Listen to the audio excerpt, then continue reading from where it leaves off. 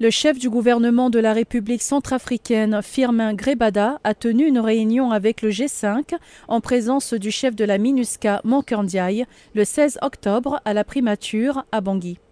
L'objet de la réunion de ce jour, c'était pour permettre au gouvernement d'exprimer ses regrets et de dire officiellement aux partenaires qu'il y a eu la bonne foi, mais que c'est en raison des difficultés exprimées par l'ANE que nous n'avons pas pu conduire à terme cet engagement politique qui est très important et qui devait aussi garantir l'inclusivité.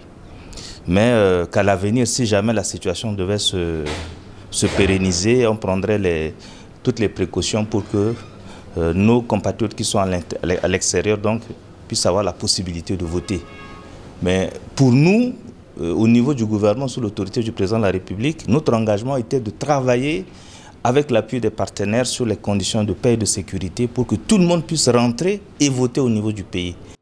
Le groupe des 5, qui est le principal partenaire technique et financier de la Centrafrique, a soutenu le gouvernement centrafricain dans les préparatifs et l'organisation des prochaines élections. Notre souhait, nous, en tant que communauté internationale, était que vraiment tous les Centrafricains votent. Mais après des informations qui nous ont été fournies et par l'ANE et par le gouvernement sur les difficultés réelles, notre position aussi a évolué.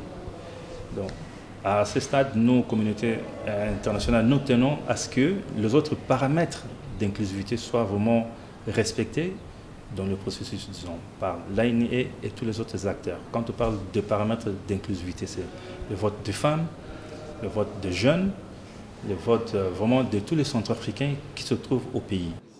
Le vote des réfugiés centrafricains a fait l'objet d'un débat lors de la dernière session parlementaire à Bangui.